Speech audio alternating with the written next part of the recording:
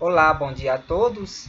Voltamos com mais uma aula da História da Educação e hoje vamos tratar sobre o Dia do Professor, mais especificamente sobre a lei que deu origem a esta data.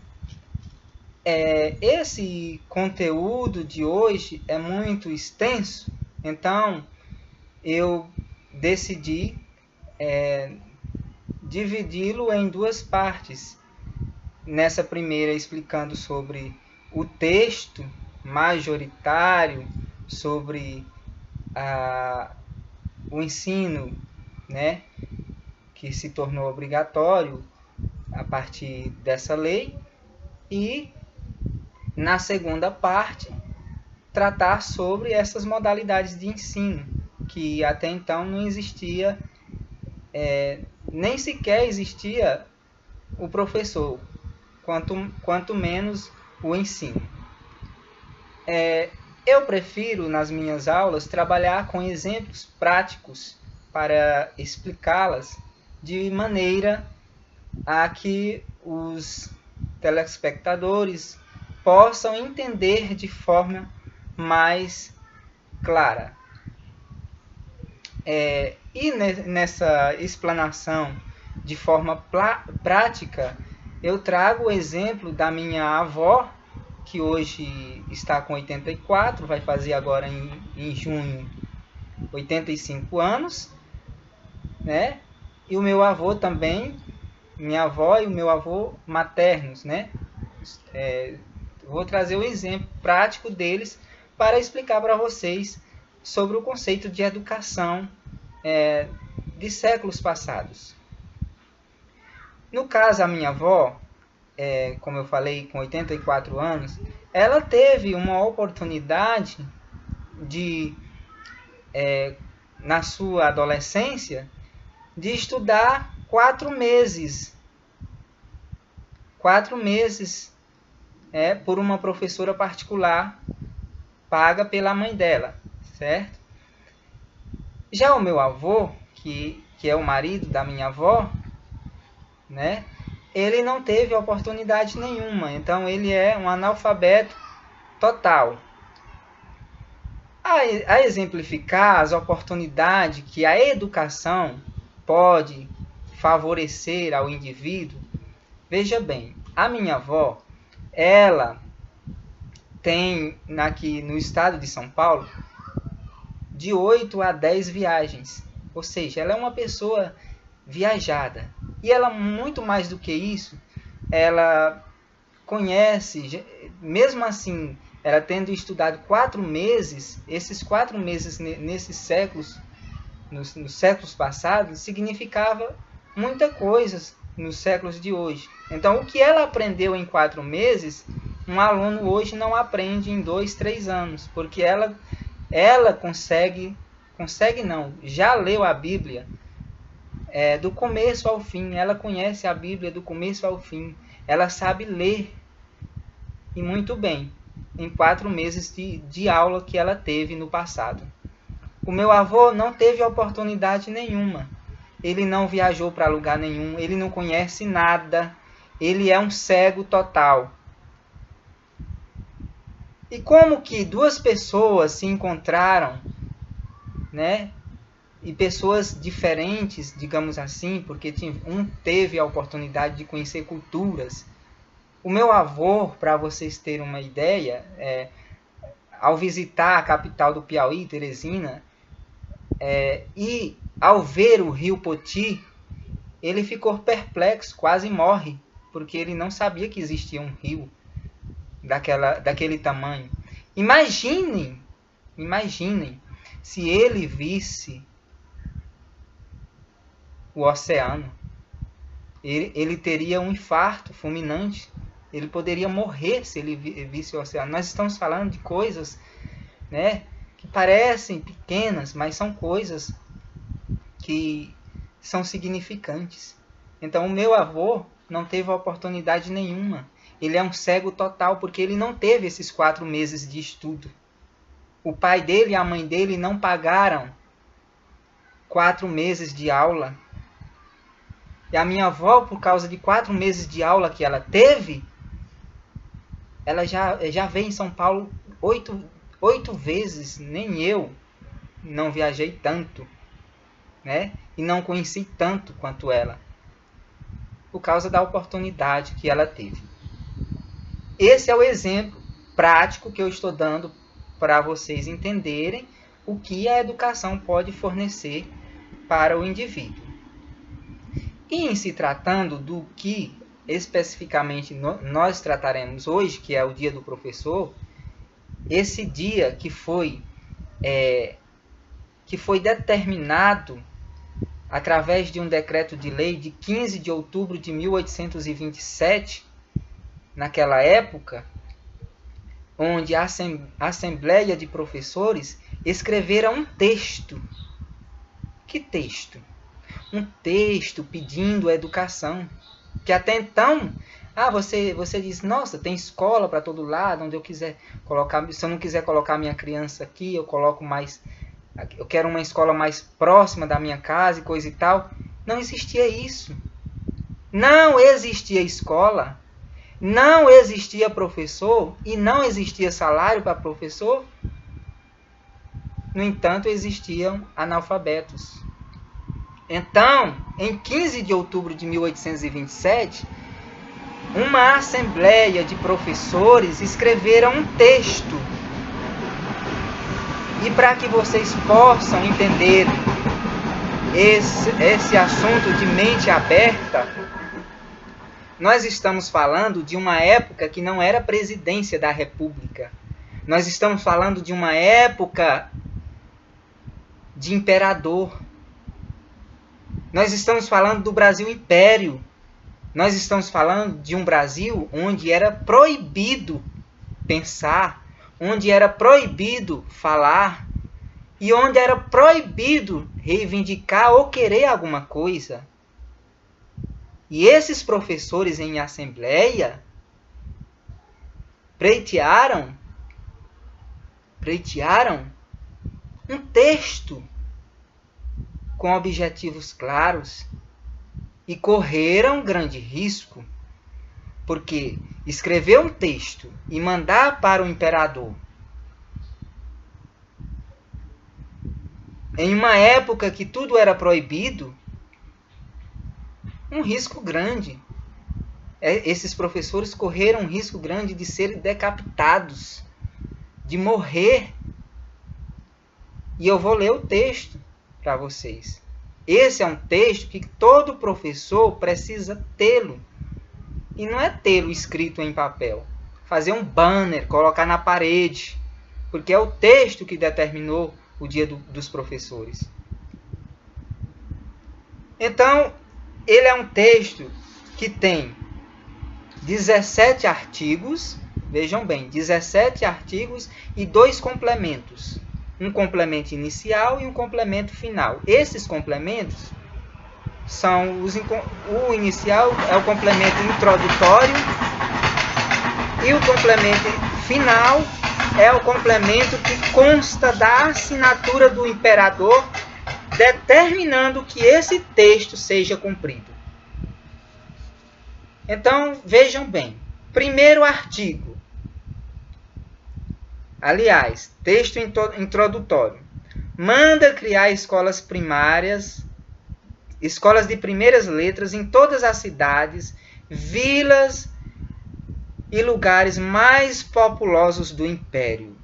Então, hoje o termo vilas nem existe mais, ninguém nem fala mais em vila, né? São termos arcaicos. E aí a Assembleia começa com um texto, digamos, um texto religioso. Digamos, com um texto temeroso. Porque eles estão criando esse texto, mas eles estão com medo de morrer. Então eles começam colocando Deus no meio. Coloca Deus em suas palavras com medo de que algo pior possa acontecer. Então os professores começam o texto dizendo assim: Doutor Pedro I, pela graça de Deus e unânime aclamação dos povos, imperador constitucional e defensor perpétuo do Brasil, fazemos saber a todos os nossos súditos que a Assembleia Geral decretou e nós queremos a seguinte lei. Não existia lei nenhuma. Então, primeiro artigo, o que é que diz? Em todas as cidades, vilas e lugares mais populosos haverão escolas de primeiras letras que forem necessárias. Primeiro artigo, os professores estão pedindo escola em todas as vilas e cidades, locais mais populosos para se educar as crianças. E nós estamos falando de ensino primário. Nós não estamos falando de ensino secundário, nós não estamos falando de ensino superior, porque isso nem existia. Não existia isso. Nós ainda estamos falando de ensino primário.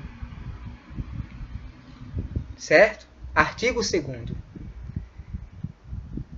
Os presidentes das províncias, em conselho e com audiência das respectivas câmaras, enquanto não estiverem em exercício, os conselhos gerais marcarão o número e localidade de escolas, podendo extinguir as que em lugares tiverem menos população e remover os professores destas para outras e criá-las em locais mais populosos. Então, no artigo 2º, fala que em conselho poderá se extinguir as escolas em locais que não tenham grande população e criar outras em locais mais populosos. O que hoje, na atualidade, prefeitos, secretários municipais, prefeitos de cidades pequenas já fazem, ainda fazem, né? Melhor dizendo, isso. Remover alunos de escolas que só têm 10 alunos, 9 alunos para um município mais próximo. Então veja que esse texto de 1827 contém coisas que acontecem na atualidade. Isso nós falamos do artigo 2º. Artigo 3º. Os presidentes dos conselhos taxarão interinamente os ordenados dos professores, regulando-os de 200 a 500 réis anuais, com atenção às circunstâncias da população, característicos lugares, e farão a presente Assembleia Geral para aprovação. Quer dizer, esses gestores teriam que aprovar salários de 200 a 500 réis, né? Se fosse aprovado. Esse dinheiro, réis, no dinheiro de hoje em reais, eu acho que varia de 2 a 5 reais. Então, vejam bem, não existia salário para professor. E mesmo assim, o que esses professores estavam aclamando e cobrando e querendo ainda era insignificante, eram valores pequenos e que ainda dependiam de aprovação. E aí é onde está o risco eminente de esses professores em assembleia pedir aprovação de um salário para eles ao imperador. Se o imperador não gostasse dessa afronta, se o imperador achasse, ainda bem que Pedro II foi um homem justo, e foi um homem justo com a educação, porque ele reconheceu, e no texto final, que é no texto de aprovação, vocês vão ver que ele foi prudente, né? Foi prudente a aclamação desses professores. Aí está o artigo 3º. Artigo 4º. As escolas serão de ensino mútuo nas capitais das províncias e serão também nas cidades, vilas e lugares populosos delas em que forem possível estabelecer-se. Então, de ensino mútuo. Podia estudar a criança com 5, o rapaz com 15 anos, com vinde era ensino mútuo, porque não existia ensino. A oportunidade era, quisesse que fosse para todos, e era para ser para todos, e se não havia ensino para outros, outra, então por que eles iriam pedir o ensino só para uns e outros não? Então era de ensino mútuo, estudava todo mundo. Estava se pedindo uma educação que todos pudessem estudar, certo? Isso está no artigo 4º. Artigo 5º. Para as escolas de ensino mútuo se aplicarão os edifícios que couberem com a suficiência nos lugares delas, arranjando-se com utensílios necessários à custa da fazenda pública, e os professores que não tiverem a necessária instrução deste ensino irão instruir-se a custo dos seus ordenados e escolas das capitais. Então, quer dizer, se pedia um salário de 200 a 500 réis e dependia-se da aprovação desse salário. E no artigo 5º diz que com essa migalha, com essa miséria, o professor que não tivesse a capacitação iria pagar com essa migalha para se qualificar. Certo? Artigo 6. Os professores ensinarão a ler e escrever as 4 operações aritmétricas, prática de quebrados, decimais e proporções, as noções mais gerais da geometria, prática de gramática, língua nacional, não era nem língua portuguesa, dizia língua nacional, e os princípios de moral cristã da doutrina da religião católica apostólica romana, proporcionados à compreensão dos meninos, preferindo para a leitura da Constituição do Império a história do Brasil. Então, veja bem, vamos focar aqui na questão da religião. Hoje, a LDB não pode determinar que religião que vamos estudar, por exemplo. Hoje a LDB diz estudar as diversidades culturais, que inclui todas as religiões. As diversidades culturais. Né? Não especifica jamais, porque é antipedagógico. A nossa LDB seria antipedagógica se ela especificasse a que tipo de religião o aluno teria que estudar. Já no texto de 1827, nós temos a determinação de que a religião é a religião católica, simplesmente pelo fato de que não havia outras religiões e de que o representante maior do governo, do império, é um representante de uma origem católica, né? Então não havia necessidade e não havia prudência em se ter uma outra religião. Então por isso que o texto diz que a religião a ser ensinada era a religião apostólica romana, o que hoje foi extinta do texto da LDB atual, certo? Não existe esse texto dizendo que a religião católica tem que ser a religião estudada e ponto final. Não existe isso. Então, a nossa LDB atual não prega isso. Mudou completamente, certo? Não quer dizer que o catolicismo não possa ser estudado. Pode ser estudado e outras religiões também. Artigo 7. Os que pretenderem ser providos nas cadeiras serão examinados publicamente perante os presidentes dos conselhos, e estes proverão a que for julgado mais digno e darão parte ao governo para a sua legal nomeação.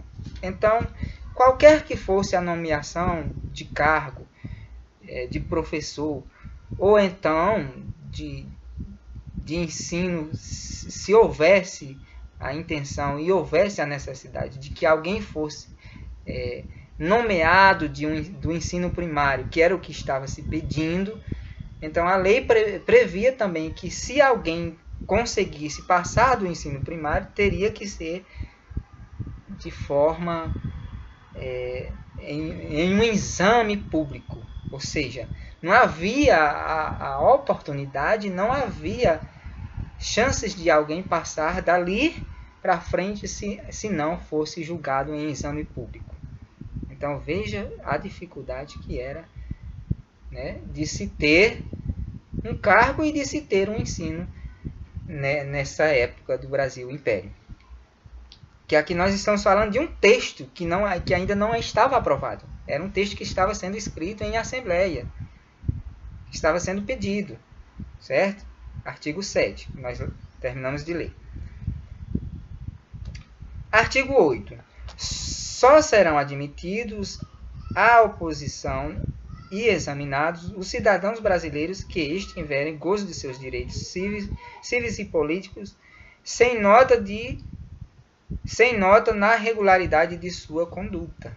Ou seja, teria que estar com todos os seus direitos políticos em plenitude, senão não poderia nem ser promovido a um cargo de professor e nem ser um aluno de ensino secundário.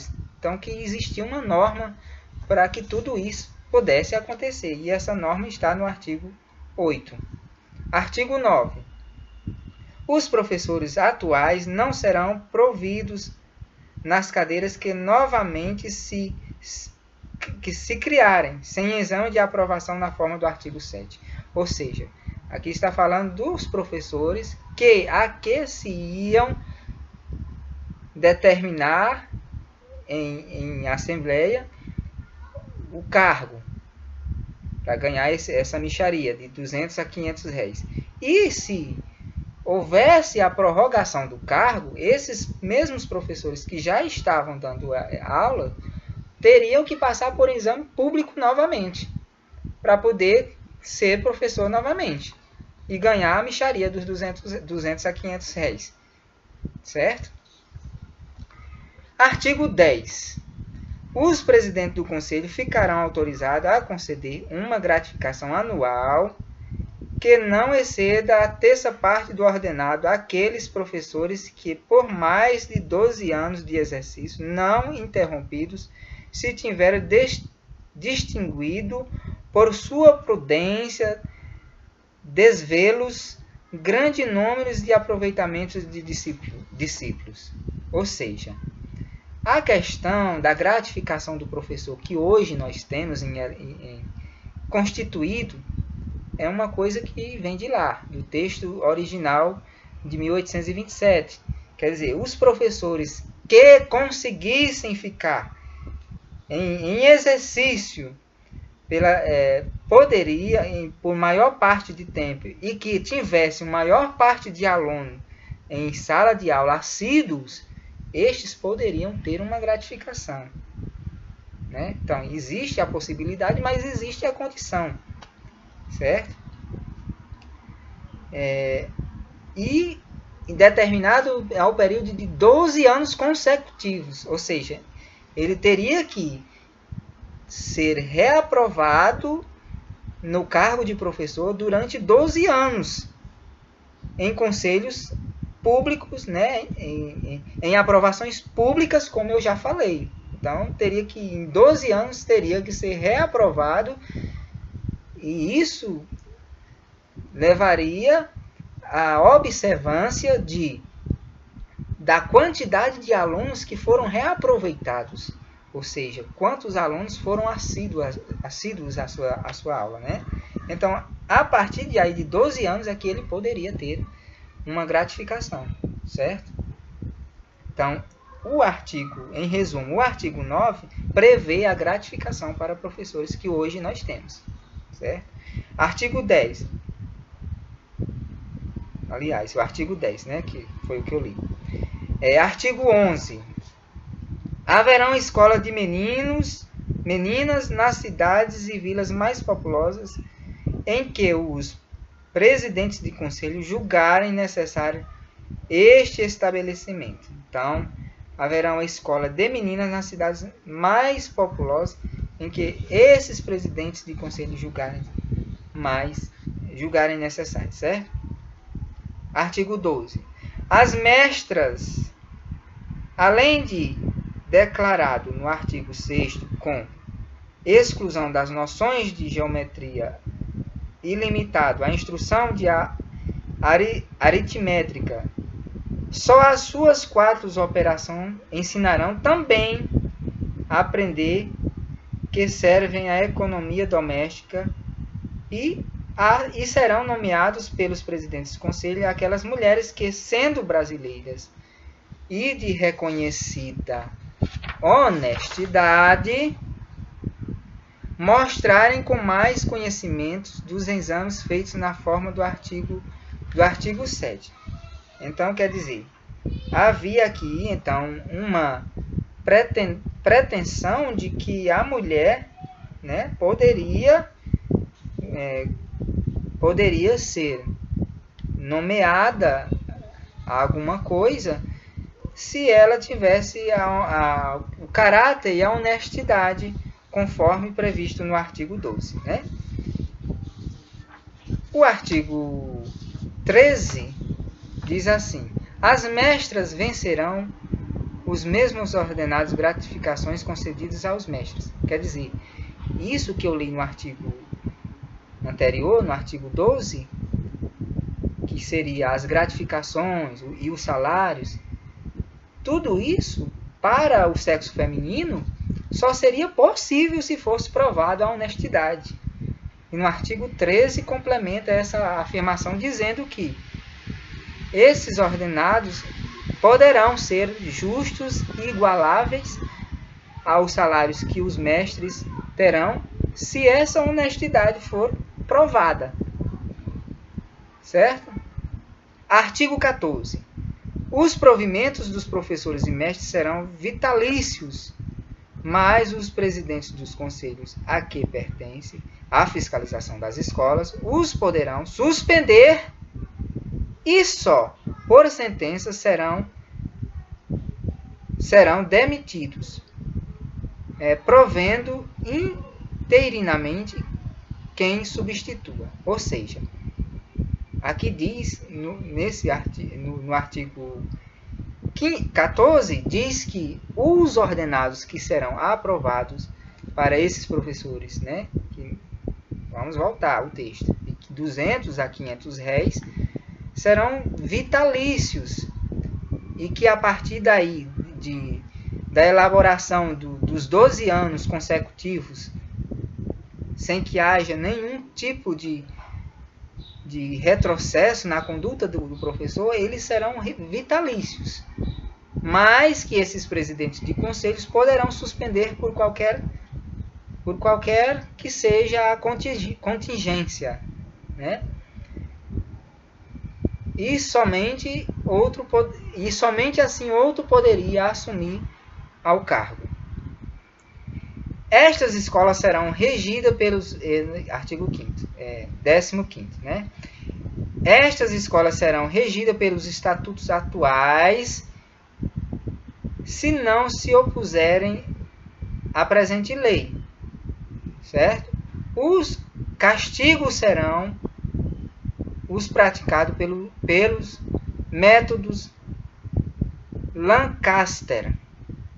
Quer dizer, existe aqui uma punição para aqueles que não forem prudentes ao que está escrito. Quer dizer, mas aí quem escreveu isso? Quem escreveu isso foram os professores. Mas os professores já escreveram uma lei já prevendo normas e condutas para que quando chegasse ao imperador Dom Pedro I, ele não se estranhasse, dizer, eles estão querendo coisa demais. Quer dizer, os professores, eles mesmos colocaram castigos para eles mesmos, porque eles, com medo de ser decapitados, né? Enfim, o medo era tão grande da lei chegar lá sem que houvesse uma prescrição de conduta. O medo era tão grande da lei chegar lá sem que houvesse essa prescrição de conduta, que eles já colocaram ali a prescrição. Vamos colocar ali essa prescrição para quando chegar no imperador, ele não já mandar o soldado pegar a gente e matar. Certo? Na província, artigo 16º, na província onde estiver a corte, pertence o ministro do império, o que nas outras se incumbe aos presidentes. Artigo 17º e último. Ficarão revogadas todas as leis, alvará, regimentos, decretos e mais resoluções em contrário. Quer dizer, tudo que vier em contrário que está escrito nesse texto, nessa carta, vamos dizer assim. Porque para você que está aí do outro lado, para que você entenda melhor o que foi o Dia do Professor, o 15 de outubro de 1827, eu vou falar não de uma lei, eu estou falando de uma carta. Foi uma carta escrita em assembleia por professores e foi enviada para o imperador. Uma carta com grandes riscos do imperador mandar o soldado lá e mandar matar todos esses professores que estavam reivindicando coisas que ele não tinha direito, coisa nenhuma. Certo? Mas que, enfim, pela generosidade do imperador Pedro II, nós pudemos ter um texto aprovado e, a partir de então, conseguir evoluir no processo da educação. Agora nós temos o texto concludente, que é o texto final, que é o texto de aprovação. Quem escreveu esse texto? Quem deu a prescrição desse texto? Dom Pedro I. E ele coloca abaixo dessa carta que os professores fizeram, ele coloca a sua prescrição final e bate o martelo dizendo que aquele texto ali vai ser válido para todo o país. Então veja o que diz o texto final. Não é o artigo 18º, é o texto final do imperador. Porque a carta só existe 17 artigos. Para aí. 17º artigo são palavras dos professores em assembleia. O artigo 18º, que não é artigo 18º, é o texto final de conclusão, são palavras do imperador. E ele diz: mandamos, portanto, a todas as autoridades a quem o conhecimento e execução da referida lei pertencer, que cumpra e façam cumprir, e guardar tão inteirinamente como nela se contém, o secretário de Estado dos Negócios do Império, e faça imprimir, não é só entender, imprimir e publicar para que todos possam ler e entender o que tem que ser dali a partir de então. A educação tem que ser publicar e correr em todo o território nacional. Dado o Palácio do Rio de Janeiro. Olha, o Palácio do Imperador de Rio de Janeiro, sede do governo imperialista do Brasil. Em 15 do mês de outubro de 1827. Sexto da independência e do Império. Imperador de Rúbrica e Guarda, Visconde de São Leopoldo. Carta de lei pela qual Vossa Majestade, ele não fala decreto, ele fala carta de lei, porque realmente era uma carta, não é? Certo? Carta de lei pela qual Vossa Majestade Imperial manda executar. E cuidado, se você não executar esse texto, a partir de então, o risco agora é seu. Manda executar, certo? O decreto de Assembleia Geral Legislativa, que houve por bem sancionar sobre a criação das escolas de primeiras letras para todas as cidades, vilas, lugares mais populosos do Império, na forma acima declarada. Então, está declarado. O dia 15 de outubro de 1827 está declarado como lei da educação e como lei a se determinar que o ensino primário seja cumprido. E nós estamos falando de ensino primário porque não existe outros ensinos. Nós estamos no Brasil Império. Vejam, entendam e escutam bem. Nós não estamos falando da possibilidade de outros ensinos. Nós estamos falando de um Brasil onde o pai e a mãe pagavam um professor para ensinar debaixo de um pé de árvore, debaixo de um pé de juazeiro, debaixo de um pé de cajueiro.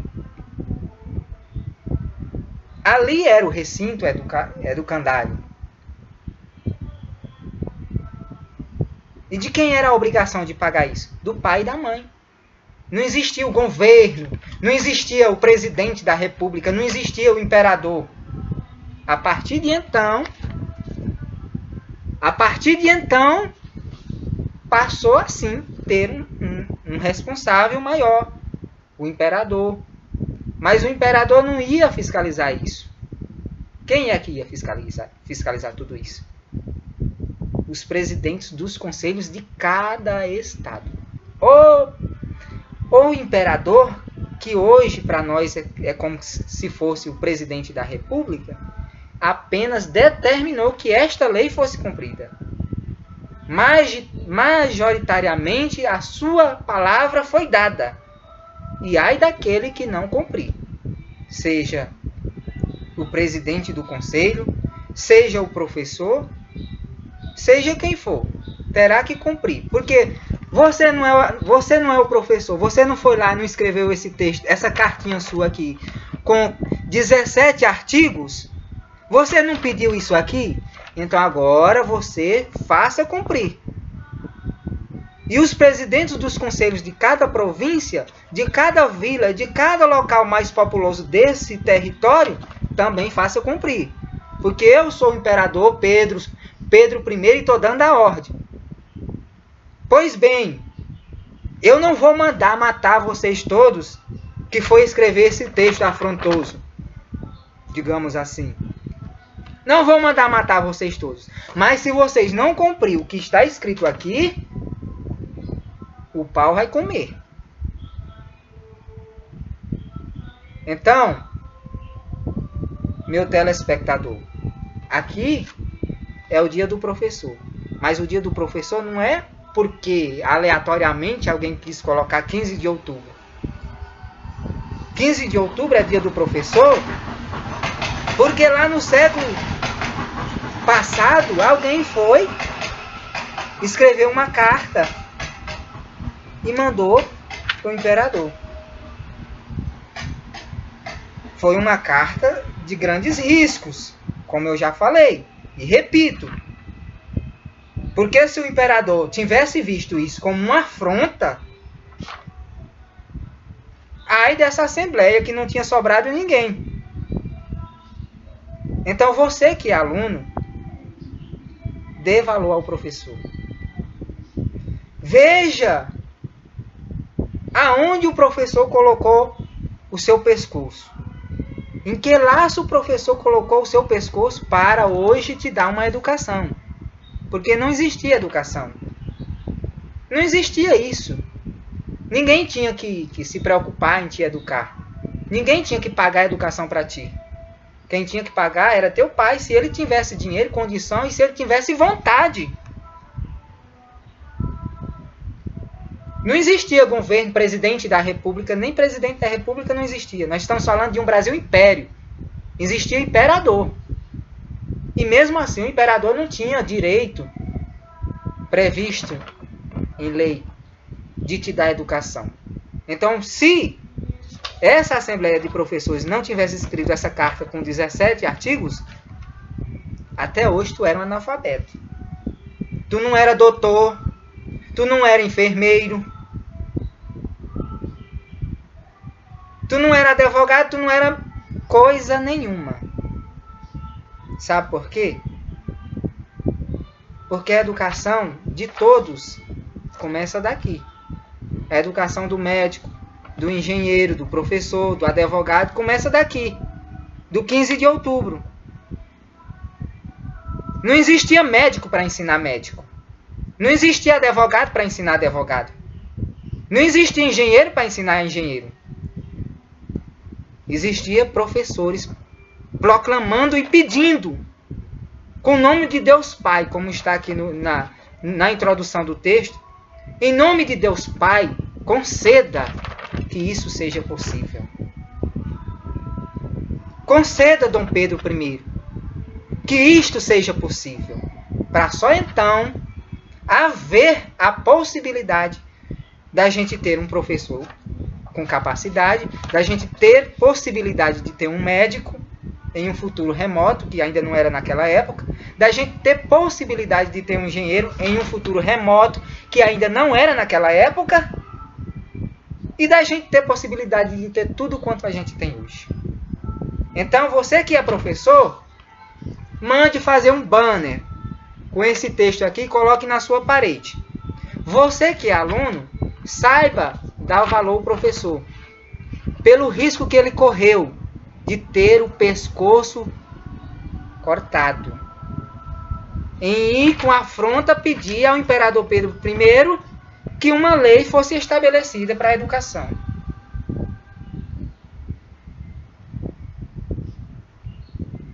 É isso que tinha para ser esclarecido sobre o dia 15 de outubro, o dia do professor. Eu peço a vocês a compreensão, porque esta aula seria muito mais extensa se eu não tivesse dividida em duas. Porque na próxima aula nós veremos como que sucedeu outros ensinos a partir de aí. Como que foi o ensino secundário, né? Que a partir daí a nossa briga foi pelo ensino primário. Como que foi, a partir daí, a conquista pelo ensino secundário? Com quantos anos foi determinado a nivelação do ensino? Quem ficava no ensino primário, quem ficava no ensino secundário? Enfim, tudo que sucede após isso aqui será o conteúdo da próxima aula. Então, eu agradeço a vocês pela atenção, me desculpem pelo entusiasmo, e na próxima aula discutiremos a continuação do que foi o 15 de outubro, mas já com ênfase a outras formas de ensinos que nasceram a partir do pedido dessa Carta Magna do 15 de outubro. Muito obrigado a todos e tenham uma boa tarde.